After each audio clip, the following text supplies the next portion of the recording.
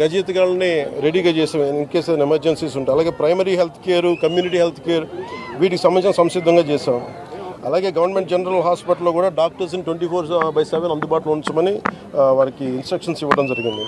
అలాగే ముఖ్యంగా గర్భిణీ స్త్రీలు కానీ బాలింతలు కానీ ఎవరున్నా కానీ వాళ్ళని సురక్షిత ప్రాంతాలు తరలించే బాధ్యత కలెక్టర్ గారు పర్యవేక్షిస్తూ ఉన్నారు.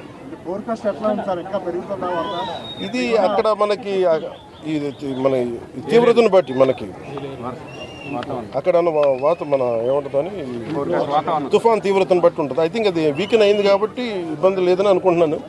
వ్యక్తిగతంగా జరగకూడదు, ప్రకృతిని శాంతించమని నేను కోరుకుంటున్నాను.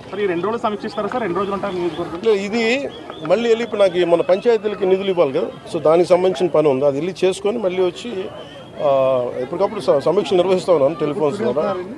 లేదండి, నేను ఒకసారి ఈ పంచాయతీలో మనం చెప్పాం కదా, దానికి సంబంధించిన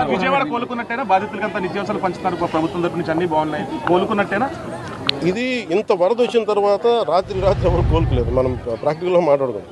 కాదు ఏంటంటే ప్రభుత్వం ఎంత సంసిద్ధంగా ఉందని చెప్పడానికి. ఇలాంటి కష్టాలు వచ్చినప్పుడు నేను అమెరికా లాంటి దేశాల్లో కూడా మీకు కూర్చోబెట్టి మియామి లాంటి చోట, ఫ్లోరిడా లాంటి చోట తుఫాన్లు వస్తే మొత్తం ఒక లక్షలాది మంది, వేలాది మంది నిరాశలు అయిపోతారు. Even there advanced country. అలాంటిది మనకి నేను అడిగేది